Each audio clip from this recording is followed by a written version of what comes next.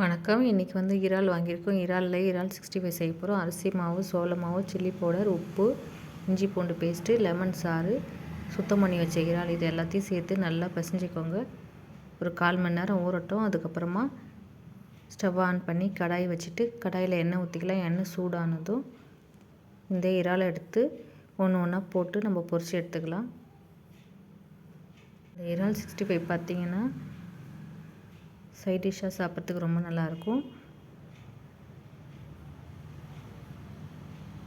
சாம்பார் சாதம், ரசம் சாதம், மீன் குழம்பு இது கூடலாம் சாப்பிட்றதுக்கு ரொம்ப நல்லாயிருக்கும்.